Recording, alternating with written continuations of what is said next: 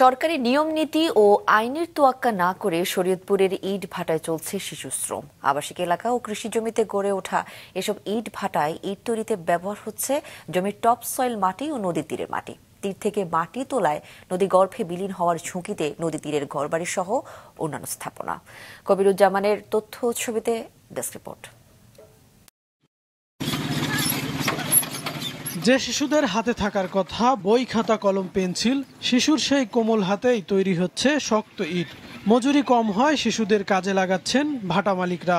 লেখাপড়ার ইচ্ছে থাকলেও দরিদ্র পরিবারগুলো টাকার লোভে নিজেদের শিশুদের জড়াচ্ছেন ইট তৈরির কাজে।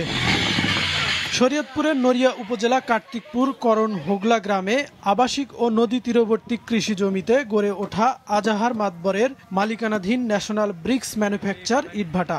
এখানে ইট তৈরিতে প্রাপ্তবয়স্ক নারী পুরুষের পাশাপাশি সমান তালে কাজ করছেন শিশুরাও, যাদের বেশিরভাগই সপরিবারে 6 মাসের চুক্তিতে এসেছে ভিন্ন জেলা থেকে।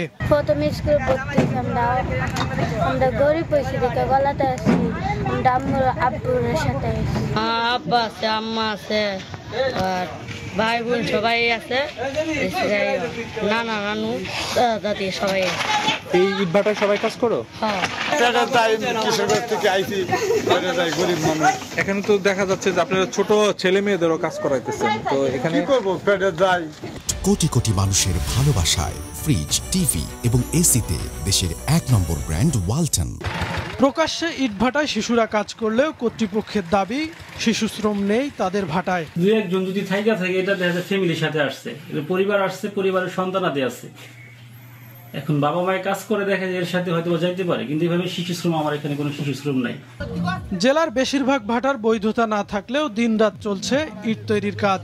কৃষি জমির টপ সয়েল মাটি ব্যবহার ও নদী তীর কাটার সরকারি নিষেধাজ্ঞা থাকলেও তা মানছে না ভাটা কর্তৃপক্ষ।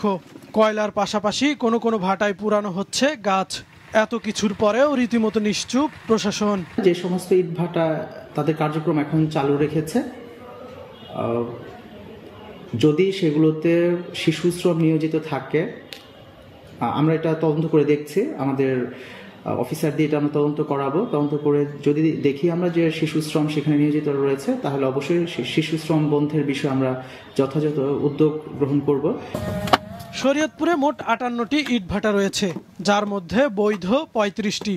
এসব ভাটায় কাজ করে শতাধিক শিশু। মাছরাঙ্গা নিউজ ডেস্ক।